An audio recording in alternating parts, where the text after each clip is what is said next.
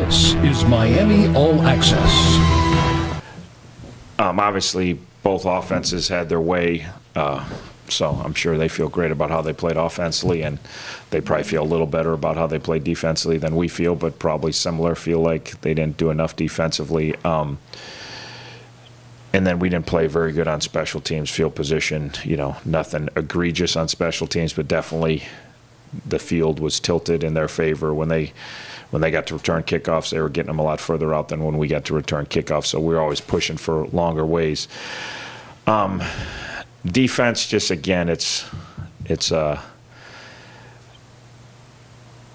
compounded physical, getting pushed around by bigger, stronger, more athletic guys, not be able to tackle bigger, stronger, more athletic guys. It wasn't just up front physically where they hurt us. They hurt their backs and their quarterbacks. We couldn't tackle. Like, there's times we weren't in position. Okay, we got to get those corrected. There's times we were in position and their quarterback still got a 42-yard touchdown run when he runs over our will linebacker and runs 42 yards for a touchdown. That's a major, major issue, which we obviously have to deal with in recruiting. That's not, if you got a guy for a tackle for loss and that kid gets a 42-yard touchdown, it's not a schematic issue. It's a physical mismatch. And the nice thing I told our kids is you're going to get a ticked-off Northern Illinois team, which I think we did, and we're going to see what the best in the league looks like. And I think we saw it in pregame when you look to the other end of the field. All right. Didn't look like we picked sides very good at recess when we looked down the other end of the field. And not up front at every position, at linebacker, at wide receiver, at DB, at kicker, punter. They were bigger, stronger, and faster. And then our defense felt it live and got a sense for this is what top-end MAC offense looks like, and this is, So it was definitely, eye-opening, which we knew it would be for all of us, but we felt it. We felt them push on us. We felt them run into us, and we felt them line up against us. And so the thing we got to do, which we didn't do a good enough job defensively, just our compete level went down as the game went on. We got demoralized. I guess when you're getting run over, it's hard to keep your compete level up, but we have to play with passion. We have to play hard. We didn't pursue as hard as we need to. We didn't fly around like we need to. We stopped at one point in the first half. We really stopped making them earn it. We just were out there hanging on for dear life as opposed to hey, the bully beat you up 4 days in a row. You guys still try to go punch him in the mouth on Thursday. You can't just take it on Thursday. We got to the point a little bit in the first half where we were just taking it because we were a little bit demoralized and are physically bruised and mentally bruised. Offensively, again, I think another step forward. We ran the ball against a pretty physical front with some two good inside kids and athletic linebackers, and obviously, how much you miss day one, you can stop asking that question. Like, it's a big deal, and he wasn't even 100%, but the move to him at tailback really gives us a chance to have a little bit of balance and gives us more of a explosive threat back there as opposed to just Treddy and Spencer, more physical inside guys that are going to run hard for you and block hard for you, but they're not the explosive guys. So day one bounces us up, and then Andrew, just had a complete game mentally and physically. He really did a great job, well beyond his numbers, well beyond, and physically everybody saw how dominant he was. But he checked us into so many good pass plays, so many good protections, and so many good run plays, and managed our run game and our protections and our pass plays so well that he kept giving us a chance every down for success. And again, I thought we played well on the perimeter. I still think we can play better on the perimeter, but I thought we played well. I think more guys, obviously with Ryan Smith pitching in and Sam Martin starting to pitch in more. Fred got out there, O got out there a little bit, so I think there's more guys that are starting to contribute to having some success over there, which is exciting for those kids individually and for us. But obviously, we got a long ways to go. We are fighting, again, I'm sick of looking up in the second quarter and thinking, how are we going to survive this and not get, and we're getting pretty good at righting the ship, and we're good at making adjustments, and we're good at keep fighting, but it's hard to live that way. I don't know how many times I've looked up in the first or second quarter and thought, oh my God, this is going to be 70. I thought it was going to be 70-10 again. And what we need to go, and we need to fight, and we need to make some adjustments, and we need to hang in there. And and we seem to get back. And again, if we make the 2-point play, we're within 8. And we're right back in the game from what looked very bad at 37-14. But just again, part of it physical mismatch defensively for sure, and then part of it was we got to play. We got to play harder and faster and more aggressive. We still have too many kids that way outthink themselves out there. Just, God, play aggressive in practice and run around in practice and get in a game, they freeze up, and we got to get them past that point. So we're going to keep working on that. Is there anything about Andrew's game that has surprised you? Because obviously he's just tough as nails. He gets out there and does a lot of things. You've seen him for so many years. Has anything about the way he's playing surprised you? I think everything, to be honest with you, just because I've never seen him in this role. And he's interesting time, because even his redshirt freshman year at Notre Dame, he was involved. He played some against Stanford. He played some in the bowl game against Florida State. It wasn't like he, to not ever start in career, usually you're further away from playing. Like, he was on the cusp of playing, but as you always do with your quarterback, he never got the majority of the reps. He never got pushed to the front of the class, which, I mean, when you get pushed to the front of the class, you get confidence because coaches are saying you're the guy. And at different times at Notre Dame, other kids got pushed to the front of the class. Was he still competing with them? But he could tell the other guy was getting more reps.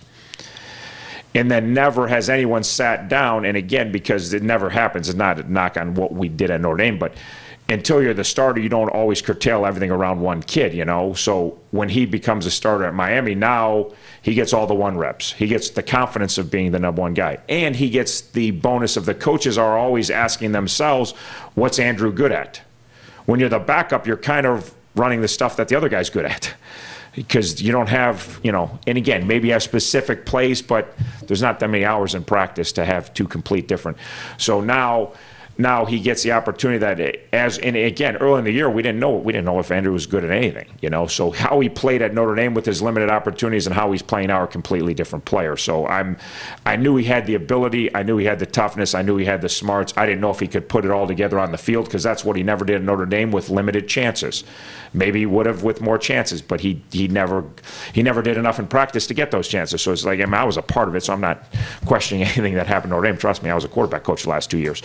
But now with the opportunity and his hard work, and then another time a kid that he's making the most out of this opportunity, like nobody's working harder in our program than Andrew Hendricks.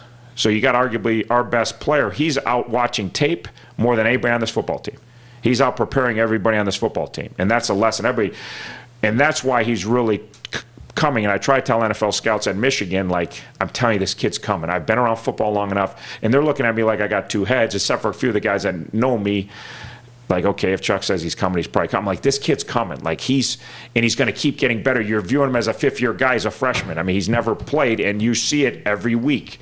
He does more and more things right and less things wrong, and he's more confident, and he's more sure of himself. Even running. I mean, 3 weeks ago, we couldn't run the quarter. Every time we ran the quarterback, we either turned it over on downs or punted or kicked the field, right? We tried, in a lot of these key situations, we tried to run our quarterback, and I get the text in the email, I quit running the quarterback. I'm like, hey, you know nothing about football. We got a great look to run him. We're just not blocking it good, and our guy doesn't really have a feel. And now all of a sudden Saturday, and the last few weeks when we've needed key runs on third down, he's getting a feel because he's getting reps and he's getting better. And it's a feel. He never was afraid to run.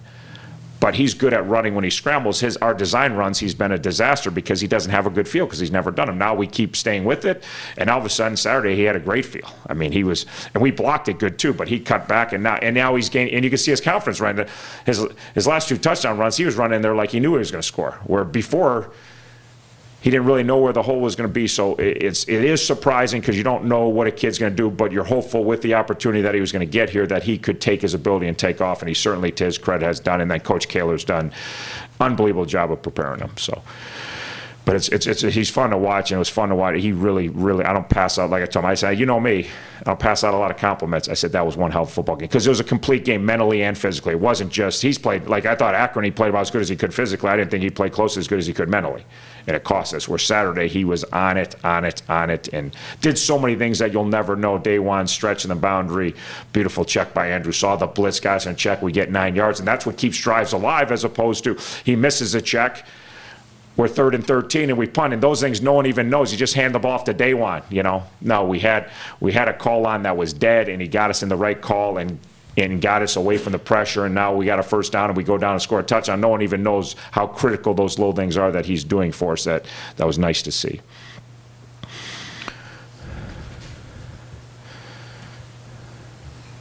So how do you feel you match up physically with Kent?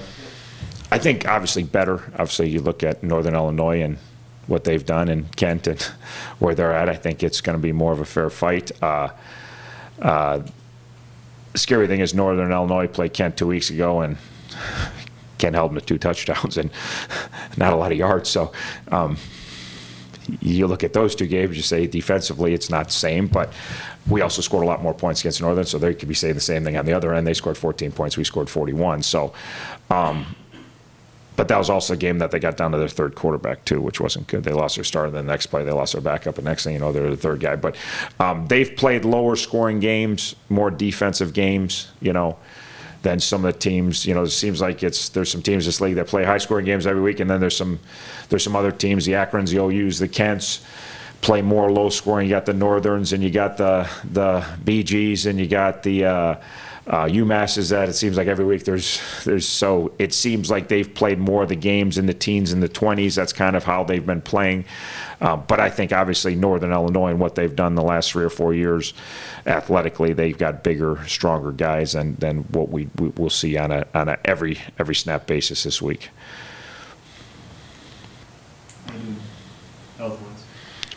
You know, Mwans is going to be out. Welch will be. We'll see. I mean, we're hopeful. I mean, I think there's a legitimate chance Welch could play, but I also think there's a legitimate chance he won't be quite ready by then either. So he's you know, we're close, but he's not going to probably be like no practice for 3 weeks and throw him out there. So, which we won't be afraid to do. He's only got 4 games left in his college career. So, up front, we're doing okay offensively. Terry got dinged up again and didn't come back, so he's going to be probably a full week process. We're going to see how day 1 is tomorrow. So my fear of playing him was that we miss him for. He wanted to play. He's a senior. It's hard. He was begging me to play. Part of me wanted to wait him 1 more week, but it's hard to look at a kid that's a senior and is begging you to play, and I can do this, and willing to do everything that he did to get ready to play. It's hard to say. I'm not going to. He wanted to play against Northern Illinois at Northern Illinois, and I know, you know, I'm thinking 1 more week, and we got 3 of the last 4 at home, and you know, but he, you know, your kid wants to play like that. It becomes an easier decision. You put him out there, and he did a nice job. So hopefully, we'll see tomorrow how he's run, how he bounces back. It's not something that his injury's okay enough. It's not 100%. It's not one of those where, you know what I mean, so it's just pain tolerance and getting it back close to 80, 95% so he can play against Saturday and just kind of manage it for the rest of the year, hopefully. But Mwans is definitely out. Welch, who else is anybody else? Oh, McKinnis out for sure. So those guys. So we're getting thinner at running back. So thank God we don't mind playing with 4 receivers and a tight end and a quarterback. So if we didn't, we're getting down to where there's not a lot of guys left in the running back room. So one of the things, obviously you've lost Welch the last couple of weeks, but one of the benefits of that is Ryan Smith has gotten a lot of snaps, and I thought he was outstanding.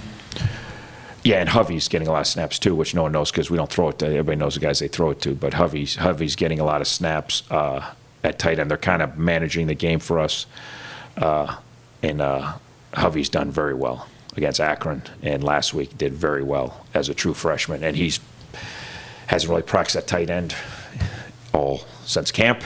He's been practicing at left tackle, and he's played at left guard and left tackle in games. So he's really, really doing some really, really exciting things, considering you don't even practice tight end. Then 2 weeks ago we throw you back at tight end. We just say go play, and he's playing in games, and he's doing nice. Then obviously Ryan's got to continue the blocking portion, but he's doing better there. And then receiving, he showed glimpses of what we know he was. We're not shocked that he caught the ball and ran. We know he can do that. He's very exciting to think that both those kids are true freshmen. You know, and then got in there a little bit, didn't get any touches, but he got in there and did fine when he got in there. We're trying to get him some work too, because I think he's got 2 more years after this, and he's got a future. So getting those guys some good work has been nice, and certainly one of the bonuses of having Alex out. You know, we don't want Alex out, but kids get opportunity to play, and they're getting better as they go, which shockingly, you know, usually how it works.